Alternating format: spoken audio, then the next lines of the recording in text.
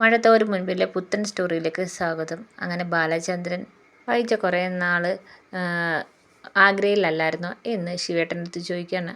അതായിരുന്നു. പക്ഷേ ഗംഗേട്ടൻ അവിടെ നിന്ന് അങ്ങ് നേരെ ഡൽഹിക്ക് പോയായിരുന്നല്ലോ.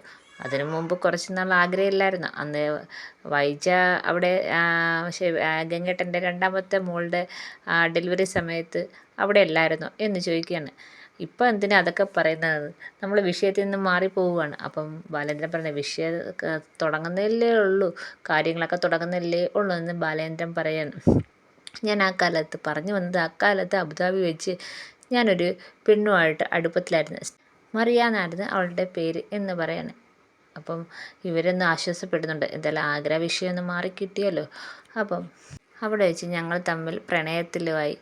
മാത്രമല്ല ഞങ്ങൾ രണ്ടുപേരും ഒരുമിച്ച് ജീവിക്കുകയും തുടങ്ങി.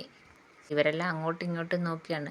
അപ്പം ഞങ്ങളെന്ന് വെച്ച് കഴിഞ്ഞാൽ ഒരു ഭാര്യ ഭർത്താവ് എങ്ങനെ ജീവിക്കുന്നു അതേപോലെയൊക്കെ ഞങ്ങളും ഒരുമിച്ച് ജീവിക്കാൻ തുടങ്ങി. അപ്പം നീ എൻ്റെ പെങ്ങളെ വഞ്ചിക്കുകയായിരുന്നോ എന്നും ചോദിച്ചുകൊണ്ട് ശിവേട്ടൻ അങ്ങ് ചാടി എണീക്കുകയാണ്. കൂടുതൽ വിഭജനാവാതെ ശിവേട്ട, ബാക്കിയുടെ ഞാൻ പറയട്ടെ. ഇനി നിൻ്റെ ഒരു കാര്യവും കേൾക്കണ്ട. അപ്പം നീ എൻ്റെ പെങ്ങളെ വഞ്ചിച്ചായിരുന്നില്ലേ? വഞ്ചിച്ചിട്ടാണ് നീ ഈ വേലക്കാരിയും കൂടെ വീട്ടിൽ വിളിച്ച് നിർത്തിയിട്ട് ഈ സംസാരിക്കുന്നതല്ലേ? ഇങ്ങനെ ആയിരുന്നെങ്കിൽ നീ എൻ്റെ പെങ്ങളെ കെട്ടേണ്ട ആവശ്യം ഉണ്ടായിരുന്നോ? അപ്പം നീ അറിഞ്ഞു വെച്ചോണ്ടല്ലേ ഞങ്ങളെ വഞ്ചിച്ചേ എന്ന് പറയാണ്. അപ്പം ബാലേന്ദ്രൻ എണീച്ചോട് പറയാണ്, ഞാനൊരു പെണ്ണിനെ സ്നേഹിച്ചു, ഞങ്ങൾ തമ്മിൽ ഒരുമിച്ച് ജീവിച്ചു എന്ന് പറഞ്ഞപ്പോഴത്തേക്ക് ഇത്രയും ചൂടാവുന്ന ശിവേട്ട, ഞാനൊരു കാര്യം ചോദിക്കട്ടെ. നിങ്ങളുടെ പെങ്ങൾ ഇതേപോലെ ആരെങ്കിലും സ്നേഹിക്കുകയോ ഒരുമിച്ച് ജീവിക്കുകയോ എങ്ങാനും ചെയ്തിട്ടുണ്ടോ എന്ന് ചോദിക്കുകയാണ്. അപ്പം അത് കേൾക്കുമ്പോഴത്തേക്ക് ശിവേട്ടൻ വീണ്ടും വിയർക്കുന്നുണ്ട്. നീ എന്തൊക്കെയാടാ പറയുന്നത്? ഉണ്ണിമാവൻ്റെ മോനും അതേപോലെ അറിയാം, അയാളും ഇരുന്ന് വിയർക്കുന്നു. ബാക്കി രണ്ടുപേർക്കും എന്താണെന്നൊന്നും കാര്യം മനസ്സിലാവുന്നില്ല. നീ എന്തൊക്കെയാടാ പറയുന്നത്? നീ തെറ്റ് ചെയ്തിട്ട് അതേപോലെ എൻ്റെ പെങ്ങളും തെറ്റ് ചെയ്തു എന്ന് ചോദിക്കാൻ നിനക്ക് നാണമില്ലേടാ എന്നൊക്കെ ചോദിക്കുന്നുണ്ട്. ബാലേന്ദ്രൻ പറയാണ്, ശിവേട്ട, എൻ്റെ മുന്നിൽ നിന്ന് കൂടുതൽ നാടകം കളിക്കണ്ട.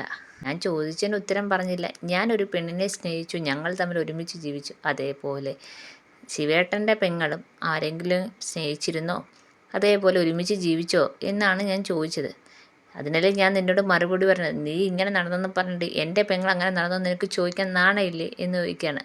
എന്നാൽ ഞാനൊരു കാര്യം പറയട്ടെ.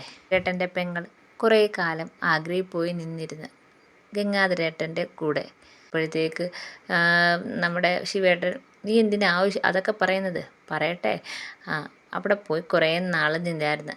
അവിടെ വെച്ച് ജൂനിയർ ഗംഗാധരേട്ടൻ്റെ ജൂനിയറായ ഒരാളുമായിട്ട് ഗംഗാധരേട്ടൻ്റെ പെങ്ങൾ പ്രേമത്തിലായി. അടിക്കടിക്ക് അയാൾ ഗംഗാധരേട്ടൻ്റെ വീട്ടിൽ വരുമായിരുന്നു. അയാളുടെ പേര് സ്റ്റാൻലി ജോസഫ്. അങ്ങനെ ഇടയ്ക്കിടയ്ക്ക് വീട്ടിൽ വന്ന് ഗംഗാധരേട്ടൻ്റെ പെങ്ങളുമായിട്ട് അങ്ങ് അടുപ്പത്തിലായി. ആ അടുപ്പം ഞാനിപ്പം പറഞ്ഞതുപോലെ ഒരുമിച്ച് ജീവിക്കുന്ന അവസ്ഥയിൽ എത്തിയോ എന്നാണ് ചോദിച്ചതെന്ന് ബാലേന്ദ്രൻ പറയണം. അപ്പോൾ ശിവേട്ടൻ വിയർക്കുന്നുണ്ട്. നീ എന്തൊക്കെയാ ഈ പറയുന്നേ? എന്താ ഞാൻ പറഞ്ഞത് സത്യമല്ലേ? വൈജയ്ക്ക് അവിടെ വെച്ച് ആഗ്രയിൽ വെച്ച് ഒരു സ്റ്റാൻലി എന്ന് പറഞ്ഞ ഒരാളായിട്ട് അടുപ്പമില്ലേ? അത് ആ പ്രായത്തിൻ്റെ ഒരിതിൽ ഉണ്ടായിരുന്നേക്കാം. അതിനെക്കുറിച്ച് എനിക്ക് കൂടുതലൊന്നും അറിയത്തില്ല എന്ന് ശിവേട്ടൻ പറയുന്നത്. ശിവേട്ടന് നന്നായിട്ടറിയാം, കൊല്ലപ്പള്ളിക്കാർക്കെല്ലാം നന്നായിട്ടും അറിയാം വൈജയ്ക്ക് അങ്ങനെ ഒരു അടുപ്പമുള്ള കാര്യം അറിയാം. ഞാൻ ചോദിച്ചത് അവർ തമ്മിൽ ഒരുമിച്ച് ജീവിക്കാൻ തുടങ്ങിയോ എന്നാണ്. നീ എന്തിന് വർത്തമാനമാണ് പറയുന്നത്? അത് അന്നത്തെ കാലത്തിൽ ആ പ്രായത്തിലൊരു പ്രേമം ഉണ്ടായിക്കണം, അതിനപ്പുറത്ത് ഉണ്ടായിട്ടില്ല എന്ന് പറയാണ്. ബാലേന്ദ്രൻ പറയണം, ബാലേന്ദ്രനെ ആരും പൊട്ടനാക്കാൻ നോക്കല്ലേ. ബാലേന്ദ്രൻ കൃത്യമായ കാര്യങ്ങൾ അറിഞ്ഞു വെച്ചുകൊണ്ടാണ് ചോദിക്കുന്നതെന്ന് ഒരു ഓർമ്മ വേണം എന്ന് പറയാണ്. കൂടെ വന്നവരൊക്കെ ഇങ്ങനെ അന്താളിച്ചിരിക്കുകയാണ്. അപ്പം ഇങ്ങനെയൊക്കെയുള്ള സംഭവം ഉണ്ടായോ? ശിവേട്ടൻ പറയണം, ആ കാര്യവും ഇവിടുത്തെ അലീനെ കാര്യം തമ്മിൽ എന്തിനാ ബന്ധിപ്പിക്കേണ്ട കാര്യം എന്താണ്? ഞങ്ങൾ പറഞ്ഞത് അലീനെ പറഞ്ഞു വിടുന്ന കാര്യമാണ്. അപ്പം ബാലേന്ദ്രൻ ചോദിക്കുകയാണ്, ആദ്യം ഞാൻ പറഞ്ഞതിനുള്ള മറുപടി കൃത്യമായിട്ട് താ, എന്നിട്ട് നിങ്ങൾ എൻ്റെ വീട്ടിലെ കാര്യത്തിൽ ഇടപെടാം.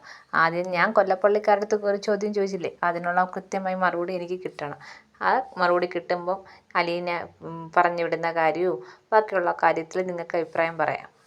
ഇപ്പം നിങ്ങൾക്ക് ഏകദേശം ധാരണ കിട്ടിയല്ലോ, ആരാണ് ആരെ ചീറ്റ് ചെയ്തെന്നൊക്കെ ഉള്ളൊരു ഊഹം നിങ്ങൾക്ക് മനസ്സിലായല്ലോ എന്ന് ബാലേന്ദ്രൻ പറയാണ്. ഇതൊക്കെ കേട്ടപ്പോഴത്തേക്ക് ശിവേട്ടൻ വല്ലാതാവുന്നുണ്ട്. പിന്നെ ഗംഗേട്ടനോട് ഞാൻ കാര്യങ്ങളെല്ലാം നേരത്തെ വ്യക്തമാക്കി പറഞ്ഞിട്ടുണ്ടായിരുന്നു. കൂടുതൽ എന്തെങ്കിലും സംശയം ഉണ്ടെങ്കിൽ ഗംഗേട്ടനെ വിളിച്ച് ചോദിച്ചാൽ മതിയെന്ന് ബാലേന്ദ്രൻ പറയാണ്. പിന്നെ എല്ലായിടത്തോടായിട്ട് പറയുകയാണ് അലീനയുടെ കാര്യത്തിൽ ആരും തീരുമാനമെടുക്കണ്ട. എൻ്റെ മോള് എൻ്റെ വീട്ടിൽ തന്നെ കാണും. അവളെ ആരെങ്കിലും ഇറക്കി വിടണമെന്നോ അല്ലെങ്കിൽ ഇറക്കി വിടാൻ ആഗ്രഹമുണ്ടെങ്കിലോ നടക്കത്തില്ല. ഞാൻ ജീവിച്ചിരിക്കുന്ന കാലം വരെ എൻ്റെ മോൾ അവിടെ കാണും. ഞാൻ ചത്തു കഴിഞ്ഞ് അവളെ അവിടെ നിന്ന് ഇറക്കാൻ പറ്റത്തുള്ളൂ എന്ന് ബാലേന്ദ്രൻ പറയാണ്. അപ്പോൾ ഇതൊക്കെ കേട്ടപ്പോഴത്തേക്ക് ശിവേട്ടൻ ഇങ്ങനെ അന്തം വിട്ട് നിൽക്കുകയാണ്. ആഗ്രഹയുടെ കാര്യം പറഞ്ഞപ്പോഴേ ശിവേട്ടൻ്റെയും രാവണിയമ്മയുടെ മക്കളുടെ കാര്യമൊക്കെ പോയി. പിന്നെ ഇതിൽ കൂടുതൽ എന്തെങ്കിലും സംസാരിക്കാനുണ്ടെങ്കിൽ കടപ്പാട്ടൂരിലേക്ക് വരാം. വൈജയും വിളിച്ചിരുത്തി കാര്യങ്ങളൊക്കെ സംസാരിക്കുക എന്ന് ശിവേട്ടൻ്റെ അടുത്ത് പറയുകയാണ്. അപ്പം വന്ന പാർട്ടിക്കാരനും പോലീസുകാരനൊക്കെ ഒന്നും മനസ്സിലാവാതെ ഇങ്ങനെ നിൽക്കുകയാണ്. ശ്രാവണിയുടെ മോനും അതേപോലെ തന്നെ ശിവേട്ടനും കാര്യങ്ങളൊക്കെ ഏകദേശം മനസ്സിലായി. പക്ഷേ അവർ രണ്ടുപേരും പിന്നെ അലീനയുടെ കാര്യമൊന്നും മിണ്ടാൻ പറ്റാത്ത അവസ്ഥയായി. ഈ സമയത്താണെങ്കിൽ വൈജയ്ക്കാണെങ്കിൽ ആകെപ്പാടെ ടെൻഷൻ. ഇവിടെ ചർച്ച എന്താവും, അവളെ ഇവിടുന്ന് ഇറക്കി വിടാനുള്ള തീരുമാനമാവുമോ എന്നുള്ളതൊക്കെ ഒരു ടെൻഷൻ വൈജ ഇങ്ങനെ ഇരിക്കുന്നു. ഇപ്പത്താണെങ്കിൽ അലീന അച്ഛൻ പോയിട്ട് അച്ഛനെ ഇനി അവരെല്ലാവരും കൂടെ ഒറ്റപ്പെടുത്തി എന്തൊക്കെ സംസാരിക്കും, എന്തൊക്കെ ഉണ്ടാവും എന്നുള്ളൊരു ടെൻഷനിൽ അലീനയും നിൽക്കുന്നുണ്ട്. ബാലേന്ദ്രനാണെങ്കിൽ എല്ലാവരോടും ചോദിക്കുന്ന ചോദ്യം കേട്ട് എല്ലാവരും മിണ്ടാതെ നിൽക്കുന്ന ഒരവസ്ഥയിലേക്ക് ബാലേന്ദ്രൻ എത്തിച്ച്. അപ്പോൾ ശിവേട്ടന് കാര്യങ്ങളൊക്കെ മനസ്സിലായി. ഏകദേശം ബാലേന്ദ്രൻ്റെ കാര്യങ്ങളൊക്കെ അറിയാമെന്ന് മനസ്സിലായി.